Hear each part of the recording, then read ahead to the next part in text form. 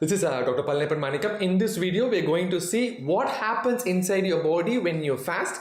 Let's dive deep into it. First point is we should understand that our body is not used for frequent eating. They're actually made up for starvation. Our ancestors actually starved for a long time and then had a feast and then starved again. So starvation and feast was repeatedly happening throughout their life, and they never had a situation where they had frequent eating. Fortunately, they did not have Swiggy or Zomato delivering foods in bullock cart. And that's why I've been recommending in this channel to maintain an intermittent fasting of at least 12 hours a day, maybe from 8 a.m. to 8 p.m. This is absolutely doable. So why should you fast for 12 hours? You have to give your hormones the rest that it needs so that it can be fresh the next day. And also when you go beyond 12 hours, there is an increase in the growth hormone, which is absolutely important for repair and new protein synthesis. This hormone is secreted by our pituitary gland, which is a teeny gland right in the brain, and it helps to grow all our organs during childhood and maintains its renewal during adulthood as well, including skin, intestine, liver.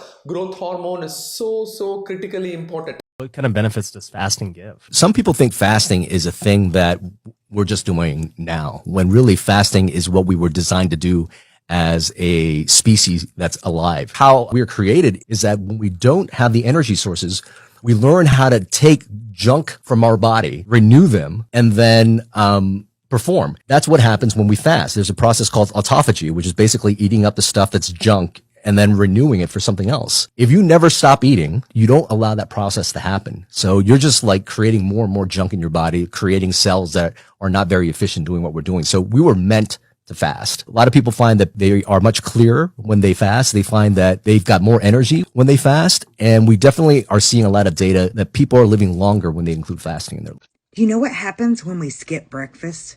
Hold on, and I'm going to show you. So let's say we eat dinner around 7 p.m. Around 8 p.m., our fasting begins. 4 hours later, around midnight, our blood sugar starts to normalize. And around 6 a.m., our digestive system will totally reset. Now at 7, you got to skip breakfast. Around 8 a.m., our fat burning will start, and our HGH, which is our human growth hormone, will go up, and our inflammation will start coming down. At around 10 a.m., our fat burning really ramps up, and we will be literally eating our love handles for lunch. And look at that. That's been my success. Around noon, we're going to break our fast, and we're going to focus on eating fiber, healthy fats, and proteins. And at 7 p.m., we're going to start all over, focusing on fiber, healthy fats, and protein. And then we're going to fast again through the night and into the next morning. And look, we're going to be burning our fat cells and cleaning out our liver. Research shows at 15 hours, we see growth hormone go up. Growth hormone is the hormone that keeps you young and helps you burn fat. We also see in men 1,300% increase in testosterone just from somewhere between a 13 to 15 hour fast. 13% increase in natural testosterone stores. And then we start to see inflammation go down. So all of a sudden, if you have people who have like joints that are hurting, they start doing 15 hours of fasting every day and they're like, God, my joints just don't have that same stiffness in them anymore. But if you stay in that fasted window, you keep going 17 hours, your brilliant body turns within and it goes, wait a second, no food's coming in. We better get stronger. So it literally takes the bad cells, the cells that are slowing you down, cells that are turning into cancer, and it gets rid of those. They're called senescent cells. It literally recycles them out of your system and it goes into the cells that are still usable and it makes them stronger. It fixes the intercellular parts. We call that autophagy.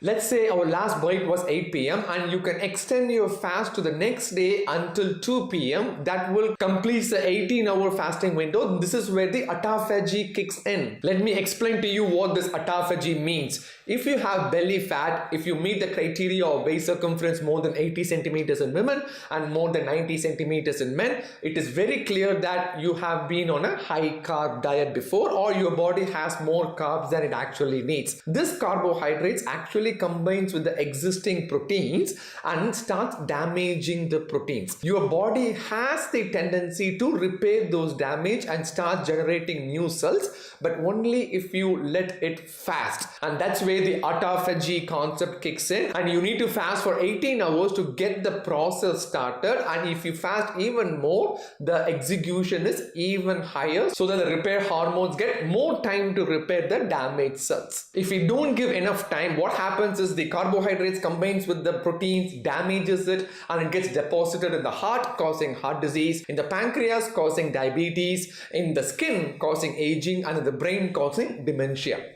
If you really notice, people who have adopted longer periods of intermittent fasting, they actually look much younger. So let's say your last bite was 8 p.m. and then you were able to extend the fast by just drinking water up to 24 hours, up to 8 p.m. the next day. This is where your body completely uses up your stored glucose levels and starts breaking down the stored fat, which is what we want to convert that fat into ketones, which might be an energy fuel for us. Ketones are a wonderful source of energy, and you don't need that much amount of ketones either. For example, if you need 100 grams of glucose for energy, all you need is 10 grams of ketones, because it is very, very powerful. So when our extra fat is broken down, the inflammation in the body goes down. That decreases the risk of cancer, that decreases the risk of heart disease, and that decreases the risk of diabetes as well. But more importantly, after 24 hours, the gut gets significant rest, which is absolutely important.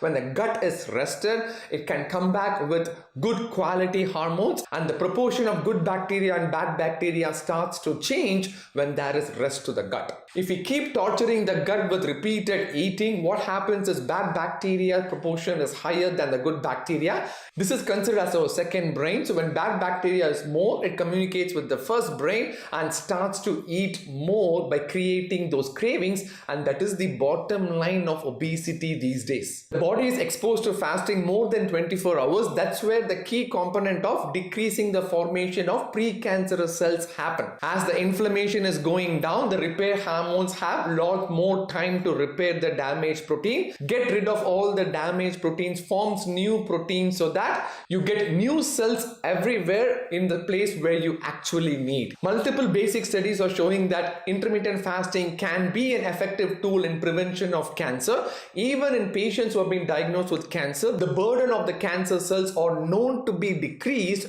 with periodic prolonged fasting techniques. If you extend the fasting to more than 48 hours, then you actually stimulate your stem cells to produce any cells, whatever you want, whichever place that your body needs. Stem cells are cells that your body produces periodically to replace the damaged cells, and the new cells will be formed based on what the body needs. For example, we are stressed out and the brain cells are exhausted, the stem cells can actually form new cells in the brain because your body needs it. When people do 72 hours of fasting, and when we actually evaluate these patients, we actually see an increase in stem cell production, increase in their immune effect, to a point that any autoimmune disease, the effect can also be decreased because the inflammation goes down on the whole. People will be surprised how can a patient can be fasting for 72 hours. You will be actually surprised that the hunger and the appetite significantly goes down after 18 to 24 hours. So periodic prolonged fasting is recommended, but it has to be done under a very careful setting. All I am asking for is to start slowly with the 12-hour fasting, and you can maximize slowly to 16 hours based on how your body Every time I try reacts. fasting, I get headaches, and yeah, I mean, look, when you've taught your body, and it's not your fault, by the way, we live in a world where we've filled our refrigerators and pantries, full of food, where we live in such great abundance that from the time we're infants, we are basically burning glucose 24 hours a day. There's no reason to go into ketosis. Our ancestors, however, where we came from, they were in ketosis all the time because food was either abundant or it was scarce, and you needed a method in which to keep your energy level regardless if you were fasting or feasting. Well, we spend our lives feasting, and if you're going to start intermittent fasting after living a modern Western diet with a refrigerator and a pantry full of food, food, breakfast, lunch, and dinner, multiple snacks in between. Then you try to fast, your body says, whoa, wait a minute, where's my glucose? Initiates a stress response. In order to make more glucose, you release stress hormones. Those stress hormones have names like cortisol and even adrenaline. And what happens is it changes your blood vasculature. The pressure going through those blood vessels starts to change, and you can develop a migraine. Your brain will say, I need more fuel, and it will open up the blood vessels going above your neck into your brain, and that increases the pressure and can create a migraine. So what do? And those types of cases, we call them reactive hypoglycemics, meaning 3-4 hours go by, if you didn't eat something, your blood sugar is going to drop. You're going to get shaky, jittery, and you might start to get a headache.